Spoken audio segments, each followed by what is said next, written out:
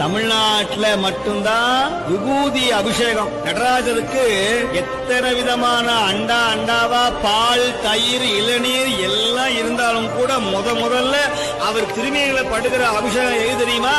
இந்த பஸ்பமாகிய திருநீர் தான் முதல் அபிஷேகம். மயான சாம்பல், இறந்தவருடைய பிணச்சாம்பலை எடுத்து நடு நிசியில 1 மணிக்கு மேல அதை கொண்டு வந்து காசிலையும் உஜ்ஜயினி என்கிற மகாலேஸ்வரருடைய ஆலயத்துல ஒரு பெரிய பொட்டலமா கட்டி சாமி மேல அப்படியே பவுடர் அடிக்கிற மாதிரி தட்டுவாங்க. அப்படி மேல அந்த சாம்பலை வாங்கி பூசினா அவ்வளவு மனம் கமன்னு இருக்கும். எங்கேயாவது எலும்பும் தோலும் நரம்பும் அப்படி மயான சாம்பல் எங்கேயாவது மணக்குமா?